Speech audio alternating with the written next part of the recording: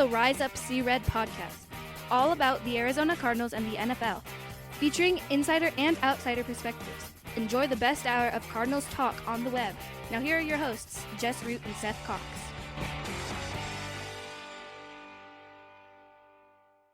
Hello, Arizona Cardinals fans, and welcome to the latest edition of the Rise Up See Red podcast, the best of Cardinals talk on the web. I'm your host, Jess Root from CardsWire.com, the NFL Wire site covering the Arizona Cardinals from USA Today. With me is co-host Seth Cox from TheVentureBirds.com, SB Nation's Arizona Cardinals site, and also one of the hosts of the original Draft Breakdown podcast. It's our second show of the week as we are now in week one. This is kind of the format I think we're going to try and do most of the season. We will do our game review Tuesday night, publishing Wednesday, look ahead to the upcoming game, recording Thursday, posting Friday, and I will have a third show posting Saturday as well. So we should have more content more often, Seth. I can't wait. Although I'm not nearly as excited. I'm not as optimistic as I felt I was going to be coming into the season, but at least now we have actual football games. And oh my gosh, the Chiefs, the Lions with the upset, it made me a smart person. It made me look smart on my underdog picks of the week for Sportsbook Wire. Every week on Thursday I publish my 3 underdog picks of the week. I wasn't bold enough to pick the Lions on the money line, but I did have them cover the spread, and boy, did they do that, winning 21-20. The NFL's officially here, Seth. We have a game in the books. Yeah, and it was a terrible game. Not fun to watch in the least. There were some big plays, but for the most part, you're kind of seeing the evolution of the game in the sense that, you know, if you don't have wide receivers, even if you have the best quarterback alive, it makes things a little more difficult, right? And so, and Travis Kelce, honestly, he's such a difference maker. He is, and so that's the thing is, like, you know, they can get by because Travis Kelce is basically, you know, Larry Fitzgerald, but they can't get by if they're missing him, and then, you know, that's what they have at wide receiver, and so it just made they don't have their best defensive player clogging the middle either. That's right. Well, yeah, I mean and it's an interesting dynamic because, you know, it is telling of how the NFL itself works and how fragile, even with great players, everything is, right? Like, it takes just one thing, like you're saying, and obviously the Kelce injury is huge, but it takes one thing to disrupt the entirety of it. And that one thing's the Chris Jones contract situation. And so you look at it, you know, the 49ers just doled out the largest defensive contract in NFL history to Nick Bosa, because quite frankly, they were like, oh, we can't let this go. like we can't, and the funny thing is, I think it would have got done tomorrow after tonight's game, right? Because they would have been like, holy crap, like, that guy is that important to the Chiefs, then Bosa's that important for us. So, oh yeah, absolutely. And so it just shows the fragility of the NFL. And, like, you know, you can have all these different stars, and obviously the Cardinals right now are in a different, but if you don't have the key piece or you're reliant on a piece like a Chris Jones, man, it makes a huge difference. Yeah. What we're going to talk about in this show, this is all about Cardinals-Commanders. Let's start with the injury situation because we're recording on Thursday night, so we don't have final injury reports, but what we do know right now, offensive line depth looks like an issue because we talked about on the show just a couple nights ago. The Cardinals felt good about their top 8. They liked their starters, and they had 3 guys on the bench that they're like, yeah, it doesn't look like, well, 2 are on IR, Dennis Daly, John Gaines, and now the only remaining player of that 8-man group is Kelvin Beachum, who missed practice with a hand injury on Thursday, putting in doubt his availability. Now, this is not nearly as impactful as, say, last season when he started every game, because they have their starting offensive line intact.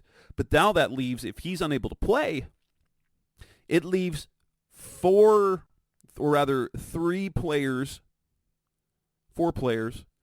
leaves four players as the backups who haven't played a snap for the Cardinals. You've got Carter O'Donnell, their tackle, Keith Ismail, former Commanders guard and center, Tristan Colon, and then El Manning.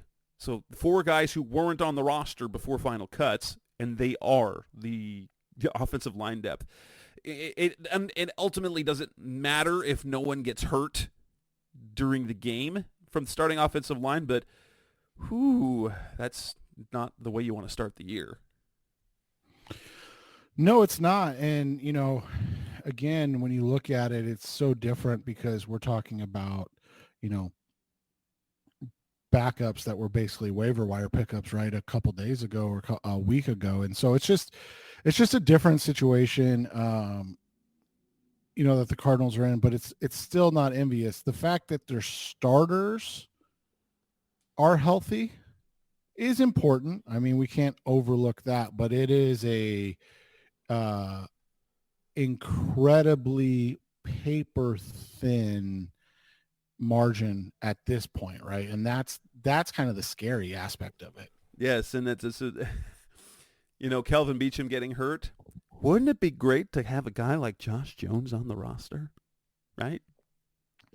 And that was just one of the questions we had about the whole situation, right? Yeah, and I get why that happened, but I wrote a piece a few days ago over the weekend that said, the Cardinals, there were 4 moves this offseason that were bad football moves. Josh Jones being traded was one of them. You can argue that, but you have a guy that's a capable left tackle. He played pretty good left tackle. He can play right tackle, not as good there. Can play some guard, and you basically gave him up for a couple of pieces of gum because it was him and I get the idea. I truly do. I mean, I understand what Monty Ossenfort's idea is. It's that, we're not going to re-sign him. He's not in our long-term plan, so get something for him. But at the same time, you can't tell me that you have this similar grade on Carter O'Donnell, right? Canadian guy that played in, he's been on NFL teams the last 2 years, but he hasn't played in a game yet. So yeah, I don't know. But, it was one of those 4 moves, like cutting DeAndre Hopkins. You're a worse football team when you cut DeAndre Hopkins, obviously. There are other reasons, and my article was not about whether that was the right move or not. But this offseason, the Cardinals made several moves that made the team worse football-wise. Trading Isaiah Simmons makes them a worse football team talent-wise. Maybe maybe culture-wise, but Isaiah Simmons, if you look at the secondary now, okay? If you go with Marco and Keitrell on the outside, Isaiah Buddha, and then JT in the slot, that's a stronger unit than Buddha, JT in the back, and you have Antonio Hamilton playing in the slot. They are worse as a football team as a result. I'm okay with the move. It wasn't the right move, but that move, cutting Hopkins, trading Simmons, trading Jones, hurt the football on the team, and I know people can argue with me. I still think that, and we'll see with Josh Dobbs, I felt that cutting Colt McCoy also was a lesser football move, although basically Jonathan Gannon said he was washed up, and I'll accept an argument of that, but I just don't believe I don't believe that much in Joshua Dobbs to think that he's a better playmaker than Colt, and so a guy that hasn't been on your roster, hasn't taken a snap, basically got 6 practices, is a better option than an old Colt McCoy who was with the team all offseason. I find that hard, but yeah. Yeah, and it's just, like you said, it's tough, and it was like I said, I understand about getting picks and creating picks and things of that nature, but at the same time, like you said, you're hamstringing your team, and that makes things that makes the whole tank conversation a lot more relevant, right? Because it's like you're actively saying like, oh, this guy who is a better player, unequivocally a better player, isn't worth or is only worth getting something now because he's not in our future plans. And I get the idea he's not in your future plans. I truly do understand that. But at the same time, you just look at it and it just doesn't make a whole lot of sense. But, now we are on to where we're at, and you have to, like you said, you kind of have to go with what's in front of you at this point. Yeah. The other two players of note, Zach Ertz limited with the knee. We know that's what the situation there is. I just don't know, like, I feel like he's probably going to play in week 1. I don't know how big a role he will have because that's kind of been the plan the whole time. But Hollywood Brown, Wednesday limited hamstring, Thursday limited hamstring. Are you worried that he's the Gannon's DeAndre Hopkins in terms of practice? Because Gannon has said no days off. Like, we don't give days off unless they're hurt. And so will Hollywood say, oh, my hammy, so he doesn't have to practice as much? Or do they have to do that so that he can get him through a season? Yeah, and you have to wonder, it's something you and I talked about, and I can't remember exactly. I know I looked it up last year when they traded for him, and I don't remember exactly if it's that he's never gotten through a camp healthy. I think that's what it was, that he's literally never gotten through an entire camp healthy. Like, I don't think he's ever been healthy heading into week 1. And so it's kind of par for the course, right? Like, that something's going to creep up as training camp / preseason / the beginning of the season starts, because it's happened literally every year he's been in the NFL. So it's just a matter of if he can play or not. And, and that's an evaluation Monty has to make right now for the future. And that's one of the things that I think is going to be really intriguing to watch, because for every notion, and like we just said, like, it's hard to deny the tank when you're trading away players that effectively make your team better, in Simmons and Jones. But is a guy like Brown in their future plans? Or if this is a thing, like you're saying, like, oh, my hammy, and then you have to take, and then you're missing days of practice every week, is that something that could get him in the okay, we're moving on pile, heading into next year? So it'll be really intriguing to see how this all works out, because obviously we have no clarity heading into week 1 or heading out of year 1 of this regime, but it is something to watch, because it just seems like this crops up at the worst time. And quite frankly, it does crop up every year with him. So there's not much, you can do about it. On the Commanders side, Terry McLaurin was limited to start the week, suffered turf toe in a preseason game, but it looks like he's on track to play. He was a full participant Thursday. Chase Young, former top pass rusher, coming out of the draft, and he's got a neck injury. He's been limited both days. There is some uncertainty about playing. How, now that McLaurin's in the game, I think that without having him would have made things really interesting for the matchup with the Cardinals. How much of a difference maker do you think Chase Young is, whether he's able to play or not in that matchup against Washington? I mean, I think their defense is so good that it makes a huge deal, because if the Cardinals can somehow find a way to control things, like not even necessarily score points, but we saw in tonight's game, if you're able to stay on the field, it makes a huge difference, right? And so if ideally the Cardinals can find a way to control things heading into or during this game, that would be a big deal. And they're going to need a little luck on their side, like what the Lions had with a 50-yard interception return from their rookie safety, right? Like, all of those things play into it. And so not having Chase Young, who is a flat out game wrecker when he's healthy and on the field, would be big for the Arizona Cardinals because, you look at it, the biggest thing, and I know people always talk about, running backs don't matter. This doesn't matter. That doesn't matter. But the biggest thing in this game was you had the Lions able to run the ball enough to keep Patrick Mahomes on the sideline.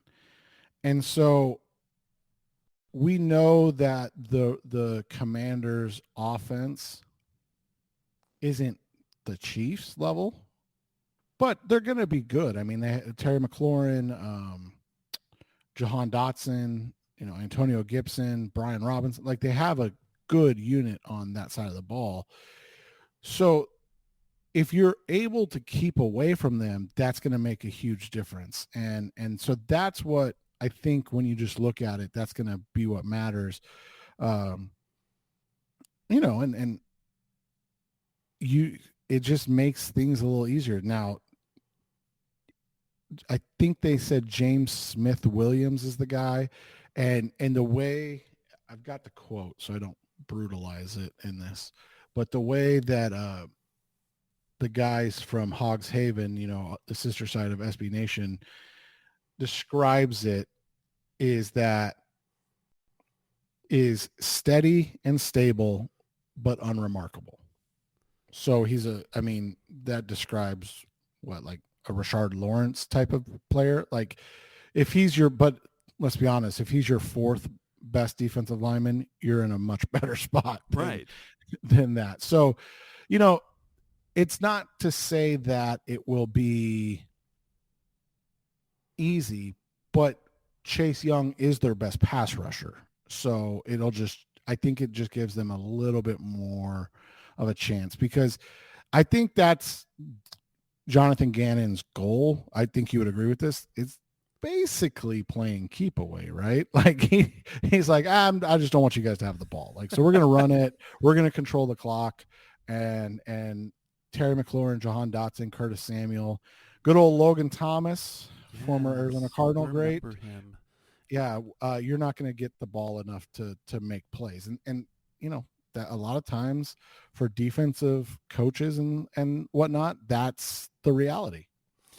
Coming up next on the Rise Up See Red podcast, Best of Cardinals Talk of the Web. Let's move on and talk about team and individual matchups. What do we see coming up? We've talked a little bit already about, but that's coming up next on Rise Up See Red. We're back on the Rise Up See Red podcast, Best of Cardinals Talk on the Web. Team and individual matchups. This is a really intriguing thing because we've got a couple unknowns. Obviously, Josh Dobbs at quarterback for the Cardinals. Sam Howell only making a second NFL start, but Howell, before his last year at North Carolina, had looked like an ascending type quarterback.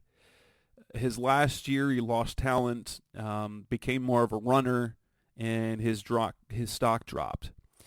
He got drafted D3. He got a late start last year, but he beat out Jacoby Brissett, who when that happened, we thought Brissett would end up being the starter, that he would beat out Howell. Now he's a team captain and won the starting job, but we don't know much about that. Let's talk individual matchups. What are the individual one-on-one type things that you're super intrigued to watch? I've got one that I'm watching, especially now that McLaurin's in, it looks like, Marco Wilson versus Terry McLaurin. How much does he line up, like, one-on-one? How does he handle him? And two, how do the Cardinals help him if that's the plan? Well, and you look at it, I think the biggest thing is, to me, that the matchup is Eric Bieniemy versus Nick Rallis and Jonathan Gannon. And how do they, because this is basically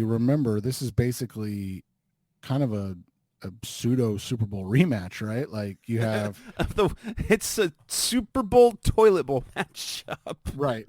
So you have Bieniemy, part of the offensive staff for the Chiefs, and then obviously the Eagles defensive staff. So, it'll be interesting to see how they do. And like you said, that's one of the big ones is what do they do defensively with Wilson and Cottrell Clark and Antonio Hamilton on those three guys. Is it going to be a lot of man? Is it going to be a lot of zone? How's it going to look out? Next,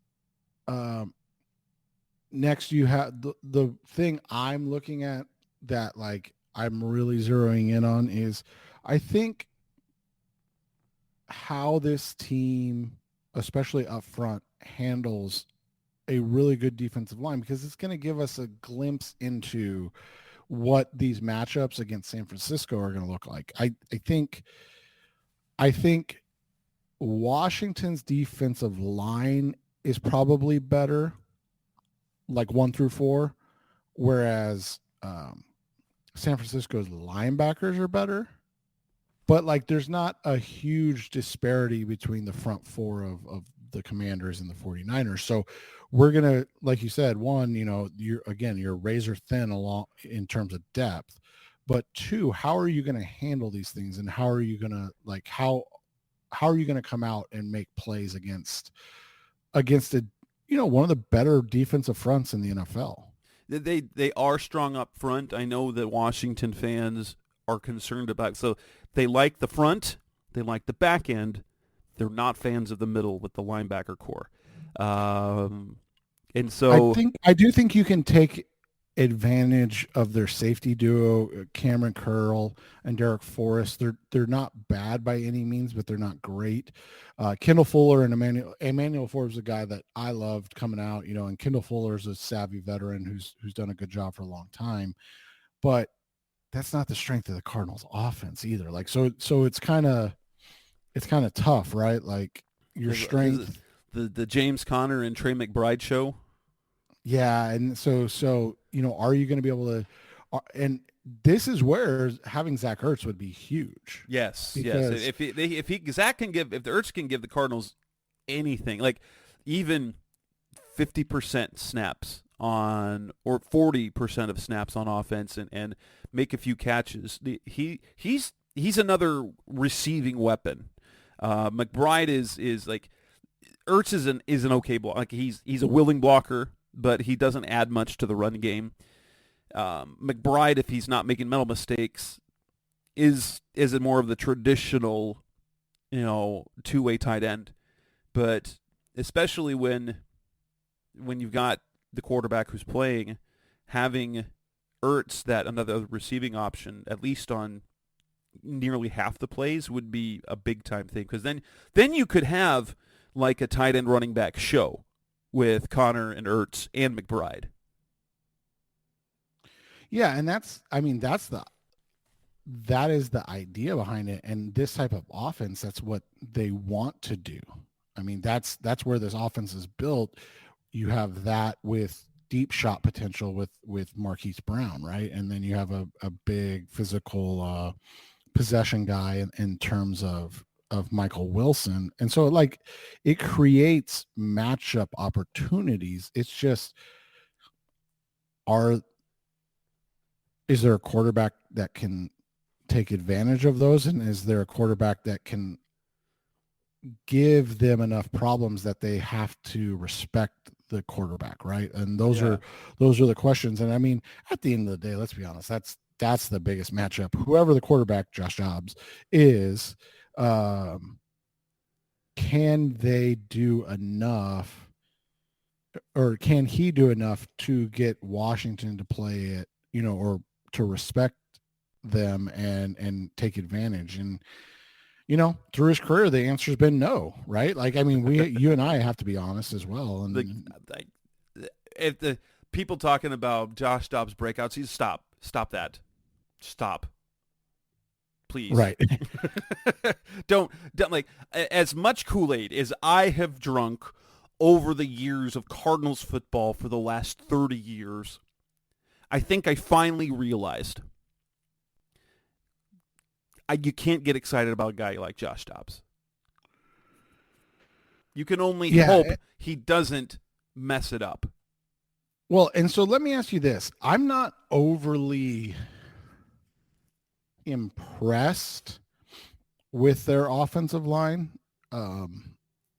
Charles Leno, Sadiq Charles, Nick Gates, Sam Cosmi, who I liked, and Andrew Wiley, who, the Chiefs desperately wanted to replace. Leno's a guy that struggled while he was in Chicago. But again, is there enough talent along the defensive front to give them a hard time? Now, I will say I've been pleasantly surprised in the preseason, and that's how we have to preface this, right? The preseason with how the upfront trio of Collier, Collier, Fotu, and Ledbetter have looked, with Zaven on the edge, but is that going to show itself in game one? And again, this is what makes game one intriguing and exciting, because there is still that slight hope of, oh, maybe they can do it. Yeah. I like as well.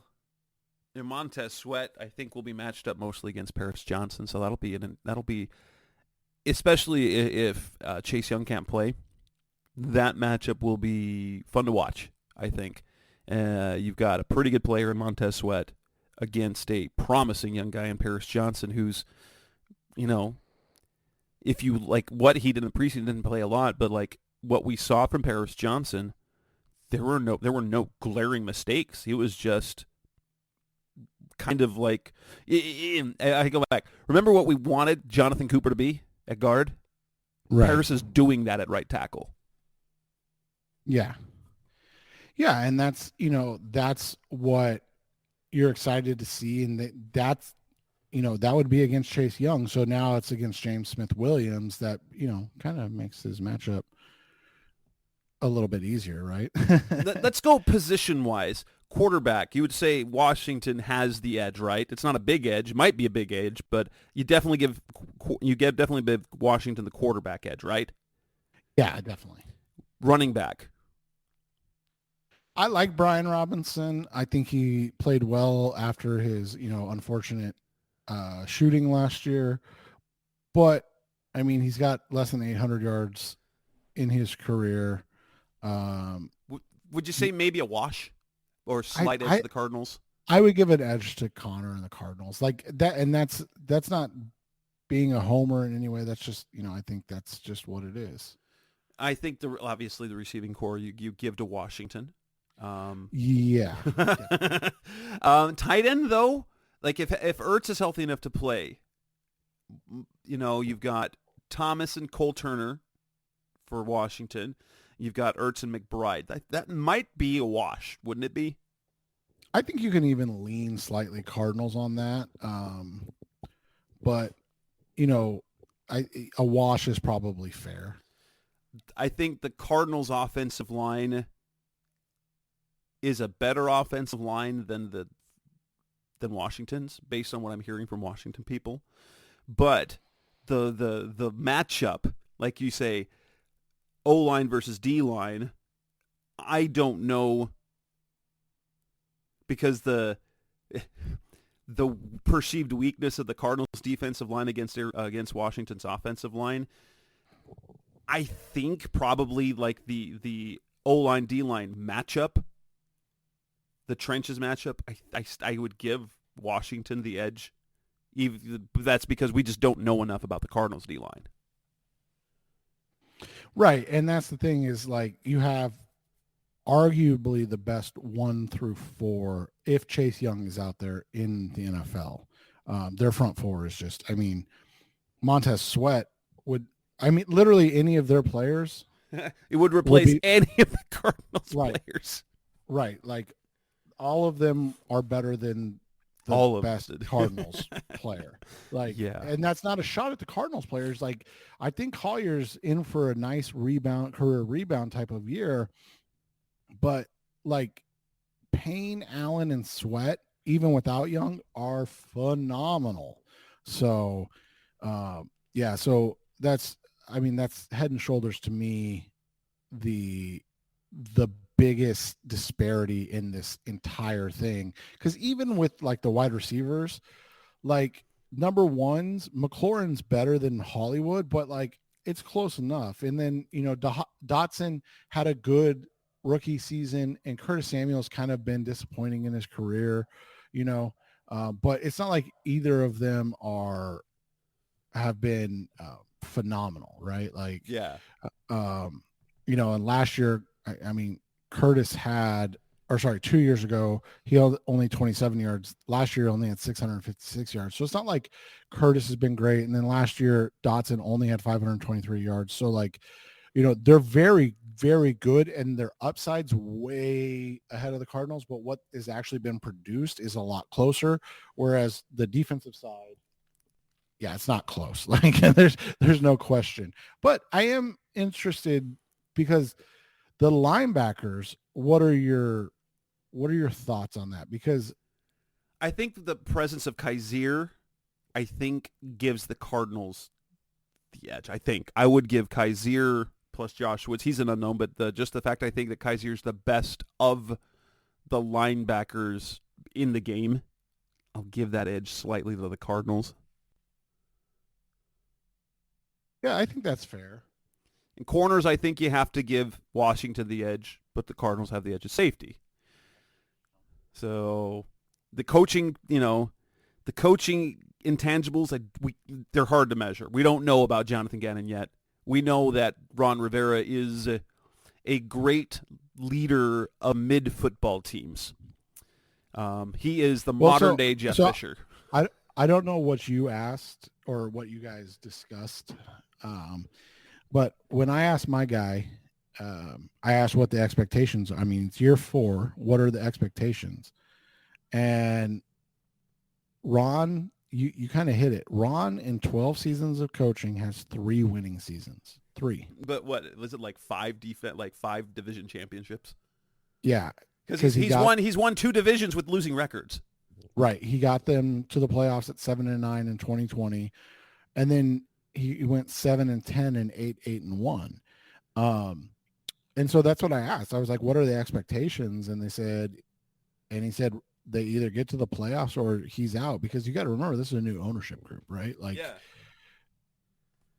This is and that was one of the big things to me, and one of the kind of underrated aspects of this entire thing is that you've got a really high level of enthusiasm for the Commanders for the first time in probably 20 years. Yes, but it's not football optimism. Well, I think it's football optimism in the sense that they feel like this could be...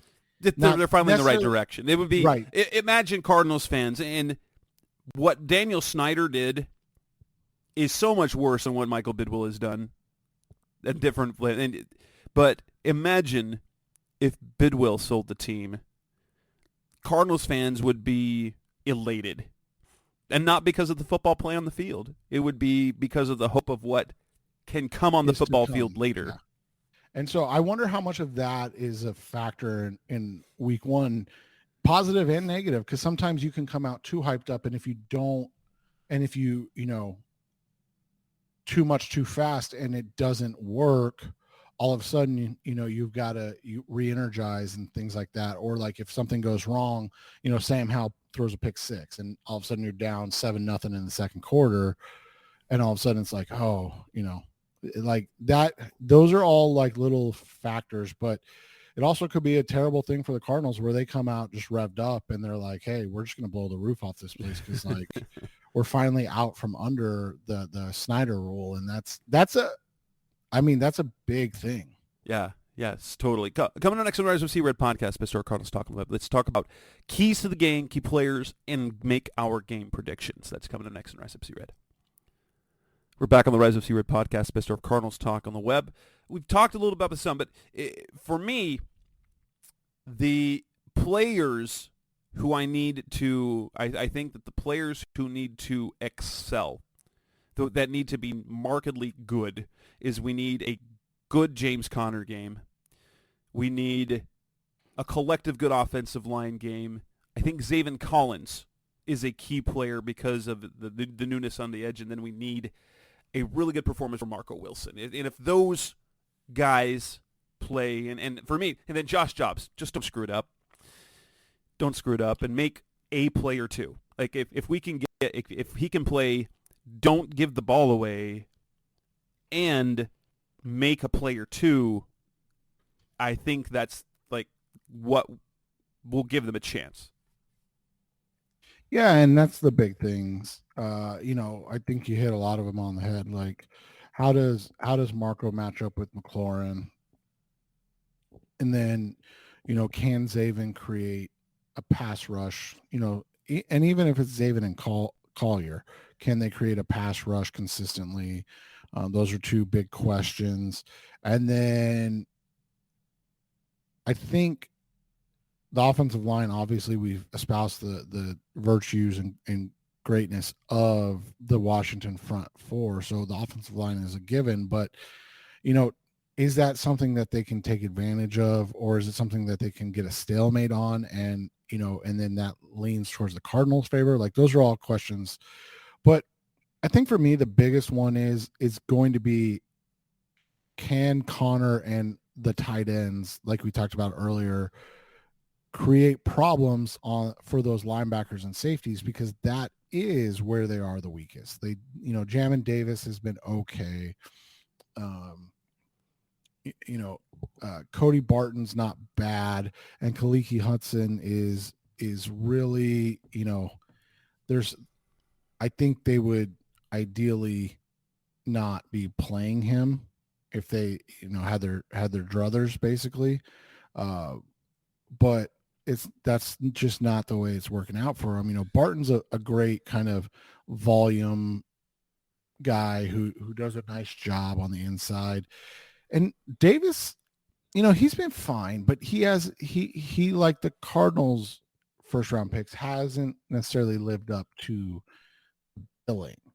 And a lot of people question that pick that year when he came out, right? Like it was. I remember that was. I know he was a kind of a sleeper first round pick, and he ended up being.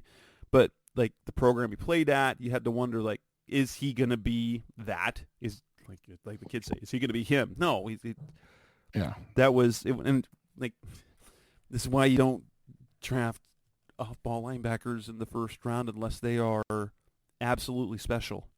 Micah Parsons, guys like that, and Devin White, players like that. It's the number of just decently good players or just solid players when you at that position you just have to be better, right? If they're going to be first round picks, they got to be better than that. Yeah, and they need to be consistently, impacting the game in a strong way. And I think he looked at him as a potential, who was the guy there for in Carolina? I can't remember his name now. And now they got Shaq Thompson's there now. Thomas David. Yeah. They were hoping he'd be, Thomas David, and he just didn't live up to it. And he's closer to Shaq Thompson, who's not bad. Again, like a good football player, but those guys were just never worth the first round billing that they were taken at. Obviously, as Cardinals fans, we know far too much about that. So, but I think that's where they can take advantage, and where they can win the game. Like you said, like between Ertz, McBride, and Connor, that trio can outplay Hudson, Barton, Davis, Curl, and Forrest. And so that'll be what's intriguing to watch and how it works out. And so how many mistakes? So can the Cardinals compete in this game with any giveaways? Yeah, I mean, that's the big thing, right? Or will the defense have to take the ball away if the offense gives the ball away? Well, they're going to have to. I mean, even if they don't give the ball away, they're going to have to make plays that creates plays for the offense that I think we're going to see that all season. Like it's just going to be something that has to happen. And, to go back to how we started the show kind of and looking at the Lions Chiefs game, you look at what the Lions were able to do, and they didn't turn the ball over, and the Chiefs did. And that's literally the difference in the game. Now, again, I don't think you and I think that the Lions are or the Cardinals are on the same level as the Lions right now. No. But that's going to be the key, right? Like creating turnovers and controlling the ball. Those are two huge factors in this game. And, whether or not the Cardinals turn the ball over, if let's put it this way, if the Cardinals turn the ball over, it's going to be ugly. If the Cardinals don't turn the ball over, but they don't cause turnovers, it'll be ugly a different way.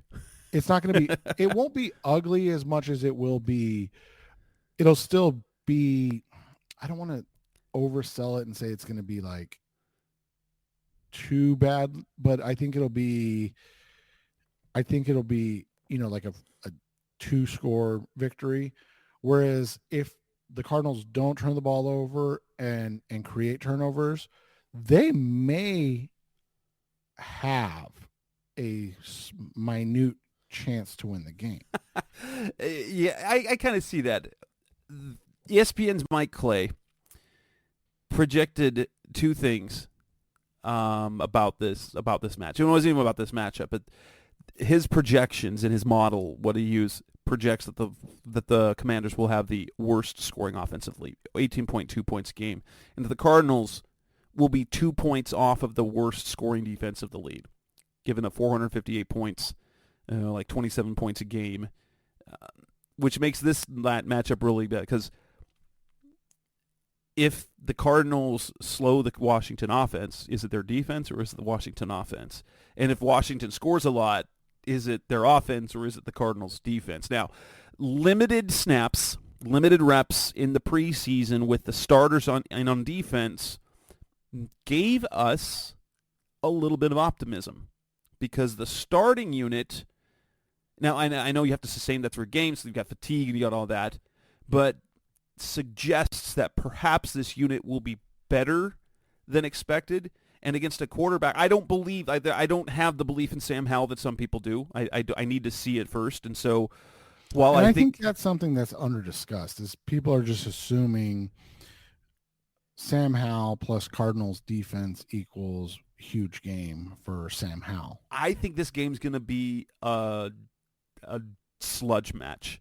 And so if you're making your prediction, do you think the line is 7 points? Do you think the Cardinals can cover? Like reasonable prediction, can the Cardinals cover?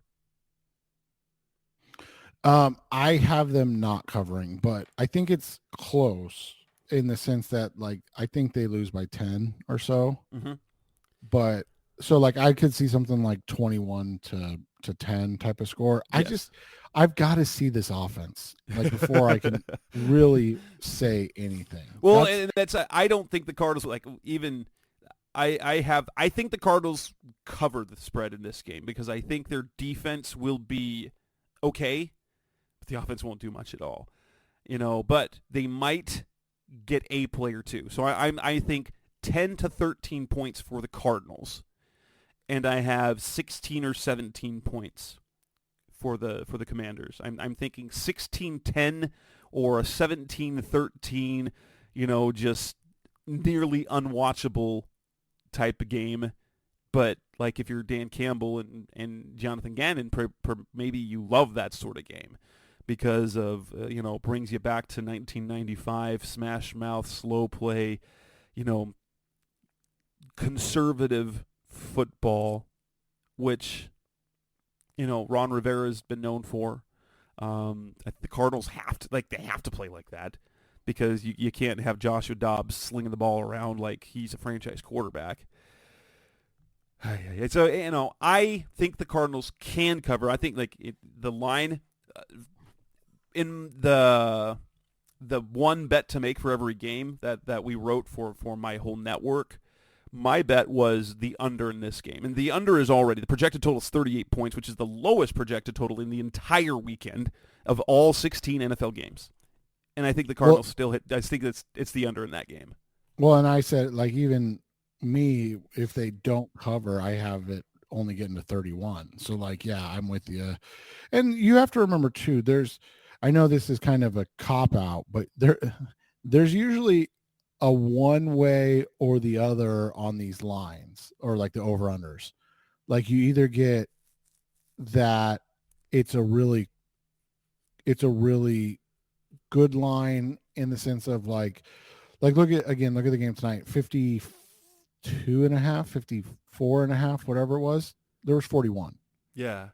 And so usually what happens is you get like they're off by about 10 one way or the other. So it's like and so it's like a 28-point game or it's a 48-point game because they still don't know either, right? Like they're still trying to figure things out. Yeah, especially week one lines, they're really odd. But I don't could they win? I mean, sure. I don't give them much of a chance of winning at all in this game because of how tough Washington is up front and the lack of belief that I have in Dobbs as a playmaker. I mean, sure, he's got a better arm than Colt McCoy. I don't believe he's a better playmaker still. And so I think they will struggle offensively, but I think their defense will be scrappy enough that will get by and they'll be in, it'll look like they're in the game even though they're not really in the game. You remember the end of 2020 Cardinals? Or even at the end of 2021 Cardinals that year, but 2020 in particular, or even 2018, Detroit scored 11 points, and you're like, well, this is over. And so, while the Cardinals might be a one-score game, it's never one that they are in control of, in my opinion. Yeah, and I think that makes a lot of sense. So I've got 16-10 or 17-13. You've got 21-10-ish, right? Yeah, right around both there. Going under. That'll wrap up this edition of the show. I mean, we will have we've got the Jess and Seth preview of this game. Saturday I will drop the show that I have an interview with Brian Manning over Commanders Wire. So we'll get a preview with an opponent writer, so kind of the behind enemy lies specific, and I think that's going to be the format we'll move forward. Where game review on one, Seth and I preview the next game, and then I will preview the game with someone who covers the other team. And so we'll kind of go with that. That's Seth Cox. I'm Jess Root. This is the Rise of C-Red podcast. We'll have another show dropping on Saturday, and then we get real football. Thanks for listening. We'll be back again soon. Thanks for listening to the latest edition of the Rise Up C-Red podcast. Listen to previous episodes and subscribe to the show on Apple Podcasts, Stitcher Radio, Audioboom, or many other podcast platforms so shows are delivered directly to your mobile device. Please give the show a 5-star rating and always support the sponsors who support the show. We'll be back soon for the best hour of Cardinals talk on the web. Rise Up Red Sea, be Red C-Red, and of course, Rise Up C-Red.